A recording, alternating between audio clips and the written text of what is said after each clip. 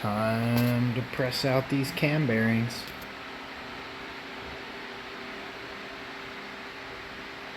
And drive in some new ones. So drove that first one out. The next one, and this is a special size driver, you can see right there in gold. So I set the driver in, install this. This cone centers it nice. And then I'm just going to use the swing press here, drive it out. Got to drive them all in a line because that gold driver does not fit except through the end. So there's no way to put it in here. It's too tight right here. So you got to drive out the first one all the way to the last one. And then when the last one's done, I'll put the new bearing in, drive in the last, this, and then the final. It's not really very difficult as long as you have the right tool. So, take a look at those bearings. They're pretty hammered, and watch and learn.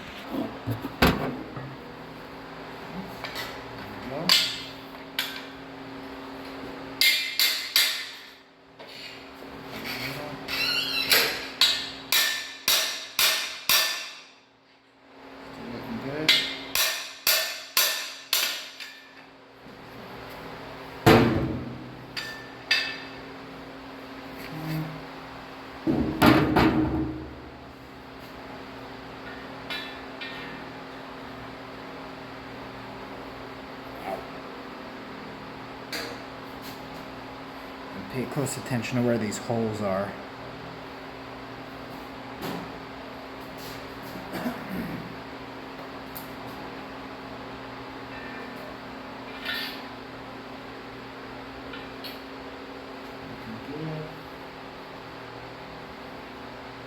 The holes are a little bit more towards the bottom of the engine, which happens to be the top right now.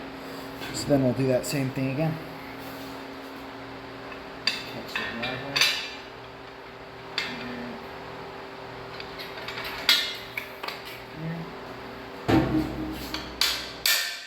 You get the idea.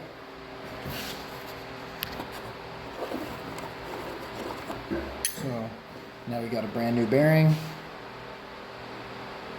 You'll recall these holes were more near the top, and I'm just going to get it lined up where I want it. The installer, I may put a little oil on it actually. Let me do that. Just to be a little better safe than sorry here.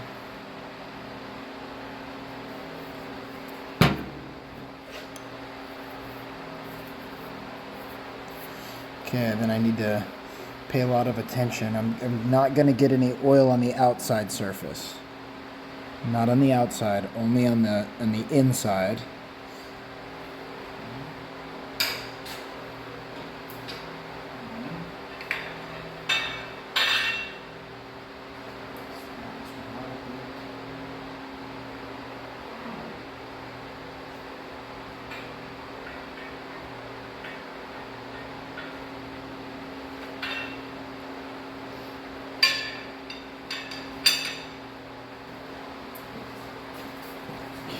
Poor Dave. So here's the key. You can see these couple bearings are pressed, driven in. The key is you got to slide the driver back through the bore, pull it pretty far back. Let's see, get it to focus here. It's very tough to do with one hand. Get it a ways back there.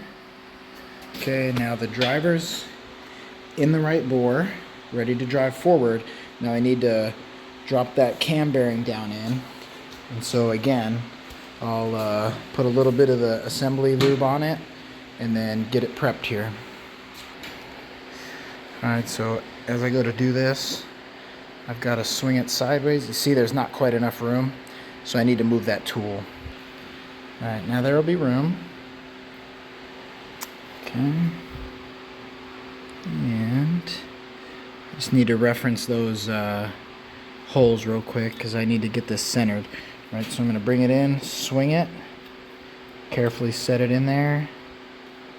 Now the old bearings were kind of nice because they had more of a clear marking right there, so you could tell where they were centered, but these ones, not so much. The new ones, not so much. You can't really see a seam. So I'm just going to eye up the hole. You can see those two oil feed holes, and I just have to center it like that. And it's not a real big deal if we get oil on the outside of it, but it's just a best practice to not get oil on the outside of it. Alright, so I got it rigged up here, and I'm just gonna use the tool to get it pretty lined up. Verify I still like where it's at, that the holes are centered. Chuck this right in there. That's going to keep the bore nice. It's going to keep the tool lined with the bore dead straight, and it'll just drive it in, periodically pop it out until I have it set in the same on both sides, right? So there should be the same amount of metal shown. And so I'll pop that in just like those, and the cam bearings will be in. And that's how you do it. So this is kind of a secondary video, and I just did a remeasurement, so let me delete this. This is regarding compression on this engine.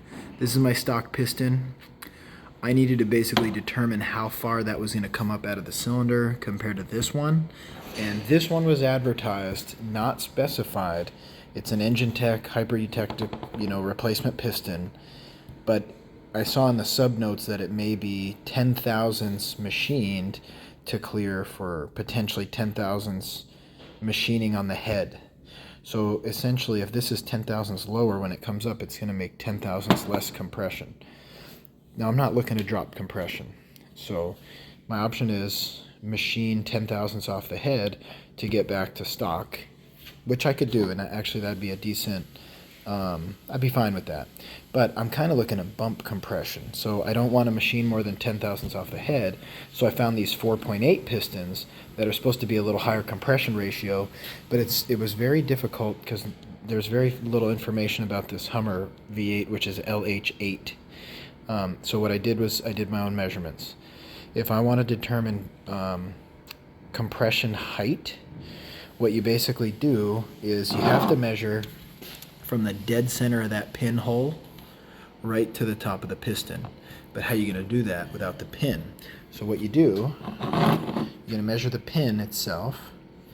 That's this 0.943. And then you're going to do half the pin, right? So 0.943 divided by 2. Cool. And that pretty much gives you this. That gives you from the center line to the top of the hole. Then you're going to measure from the top of the hole to the actual head of the piston. So I do that, right?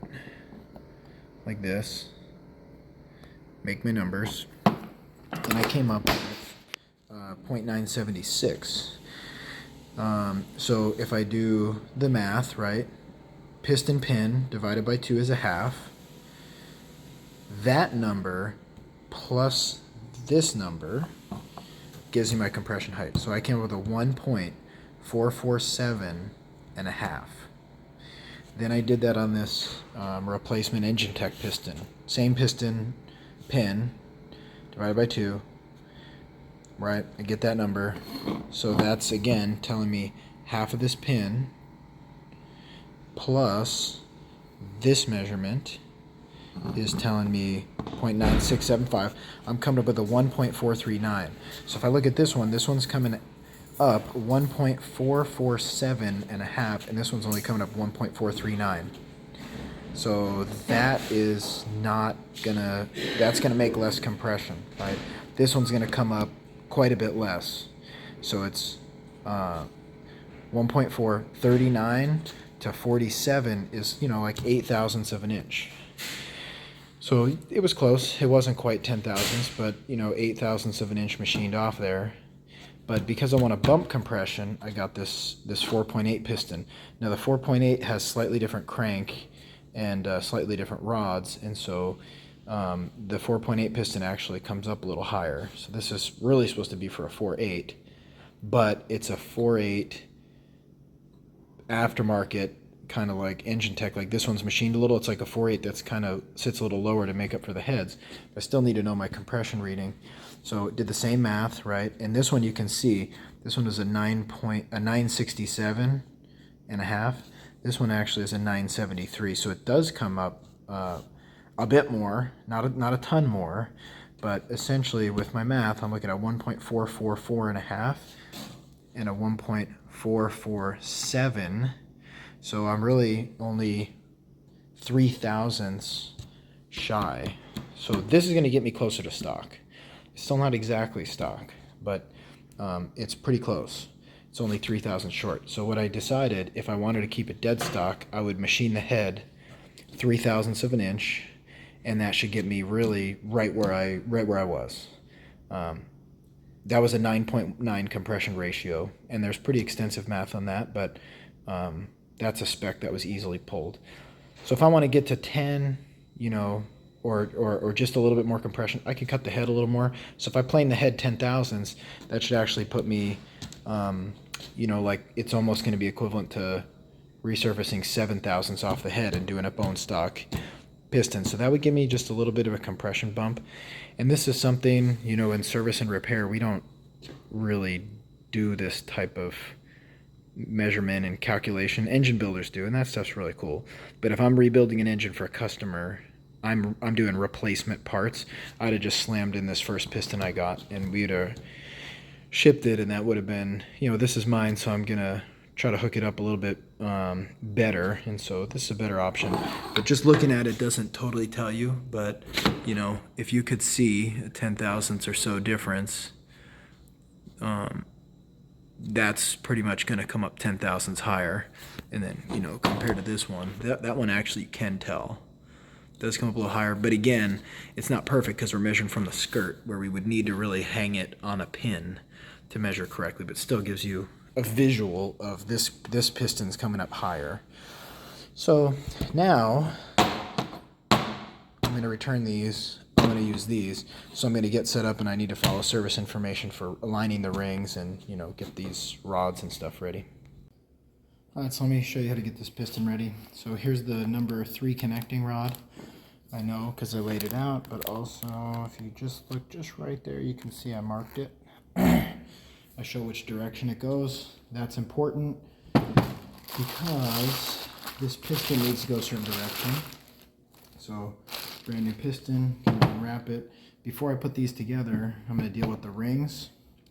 The arrow for this piston points to the left.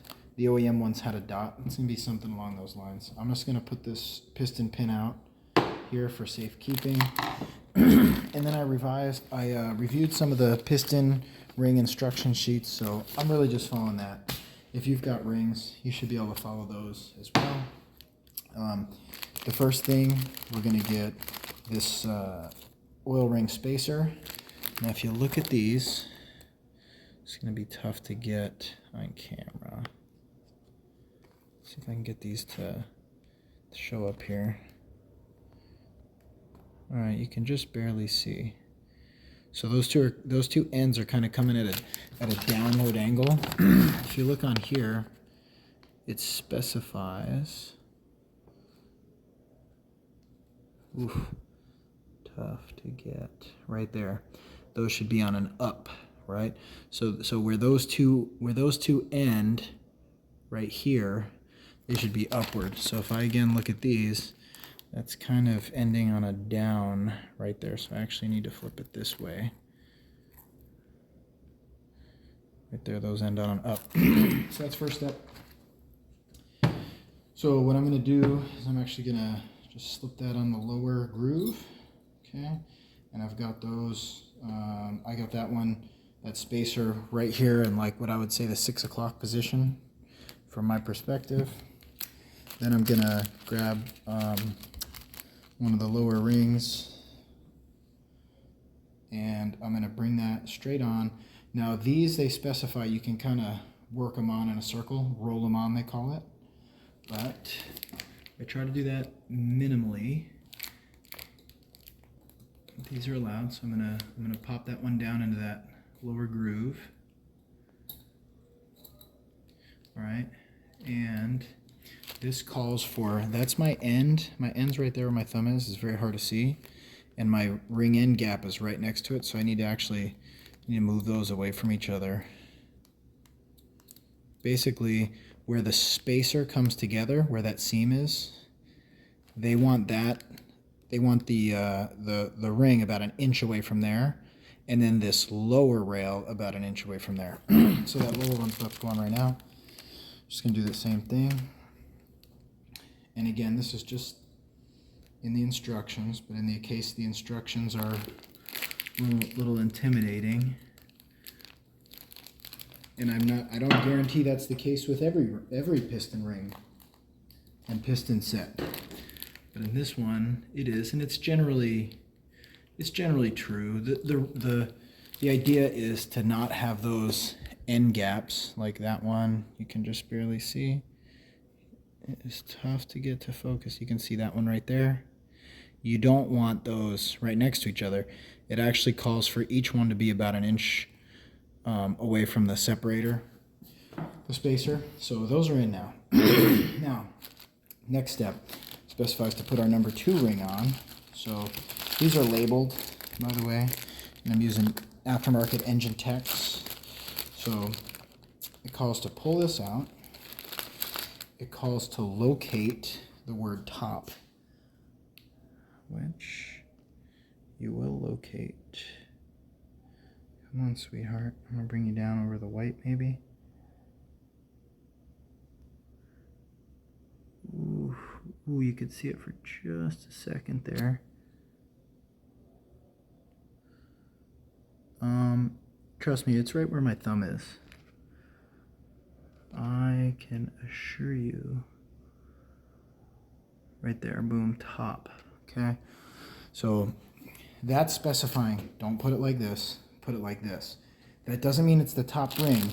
It came out of the second groove. So that one, I'm going to go ahead and I'm going to put down here at like what I would consider the 9 o'clock. But this ring, you don't roll these on. You actually need to expand it. So here's an example of a expander right here. And I could try that, but to be honest, I have enough hand strength to easily work these on without rolling them. So let me go ahead and do that. Spin it my way, right? I set it. I expand it myself. They're sharp. So if your hands are not used to this type of work, you're probably going to get sliced. And then I'm going to flip it, and I'm going to put the number 1, which in this case doesn't have any top markings. I'm going to put my number 1 180 degrees out from there. And in this particular case, they didn't actually specify where to index the ring. They just specify to put them 180 degrees apart. So this one's a little tougher to spread out, but not too tough. So just gotta drop it in there. All right, now all the rings are in. I can feel that they're moving. Just double check. Looks good. Next step. I need to reference that front mark on this piston. So there is an arrow right there. Check that out. That's forward of the engine towards where the harmonic balancer or the crankshaft pulley would be. Then I've got the rod, which I did myself a favor, and I marked forward. So I need it to face this way, and they'll be ready to go. But what I'm going to do is I'm going to put a little assembly lube here. Ketchup or mustard or something here. Put a little here. Put a little on the pin. Okay. Get this in the general ballpark here. Just walk the pin in. These are floating pins, so this is really nice. And this should be pretty effortless. So just get it lined up. Just walk it in.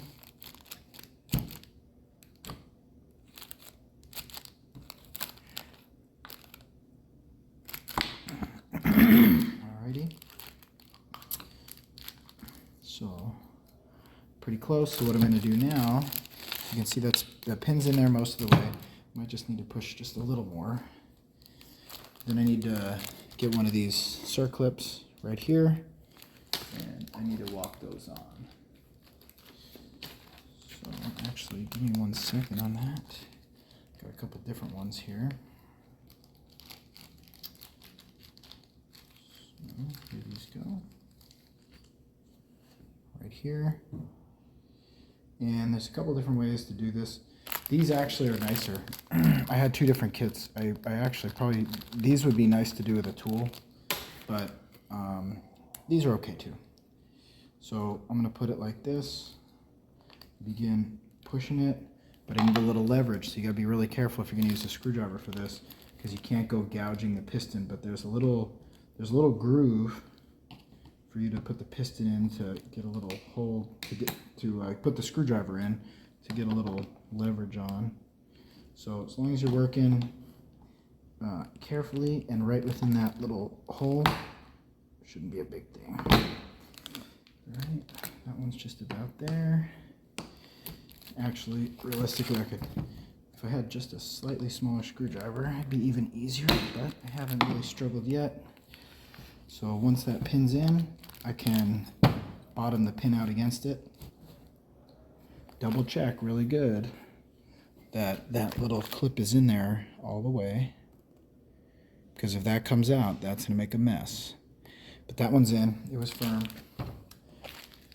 I do that one more time.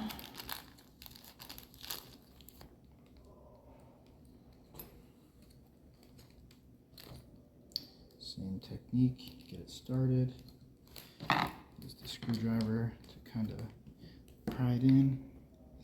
And that's why I was saying actually those other circlips would have been a little nicer, because I could have used the pliers. I didn't realize there was 2 different ones, so I started with these black ones. I'm going to continue with these just to match. They're both same brand, same size, so I'm not putting in the wrong part.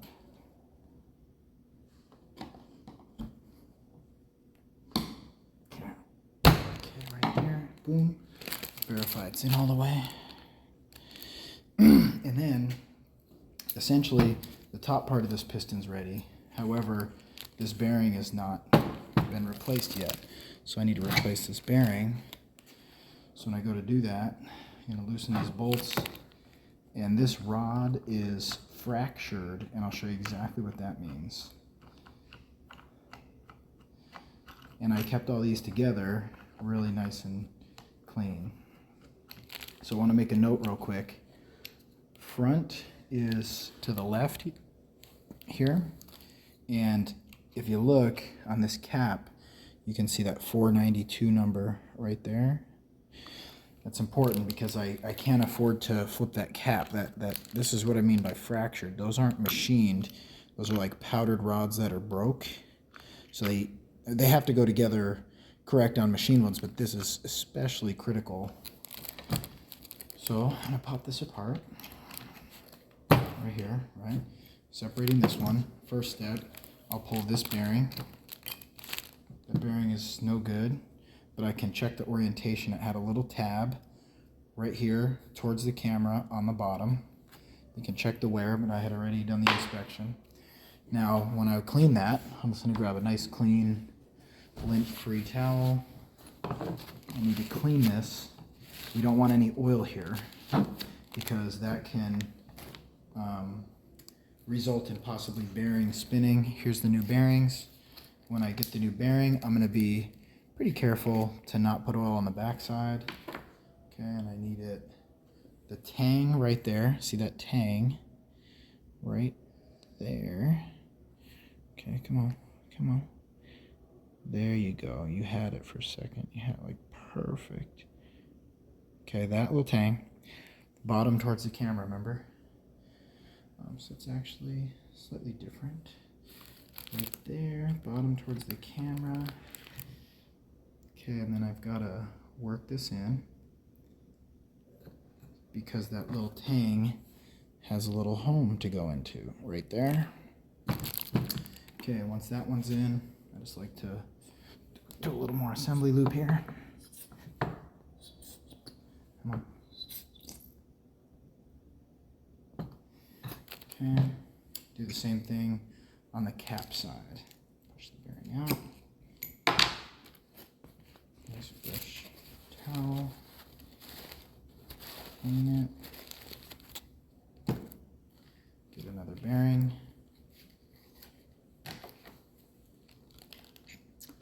Okay, right here. Okay, and then I'm just working it in. The tang on this one was towards the camera on the top. So as I swing that there, you'll see what I'm saying. All right, then these are essentially ready.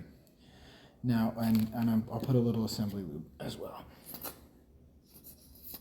You really can't overdo the assembly lube here, just for the reference. It just costs money, but you know, until the first startup occurs, there's gonna be no oil. You know, until probably about 20 to 30 seconds into the first startup, this is gonna be dry. So a little bit of extra assembly lube is good. Now, I have to get this ready to go in, but right now, this is ready for installation. Installation coming right up.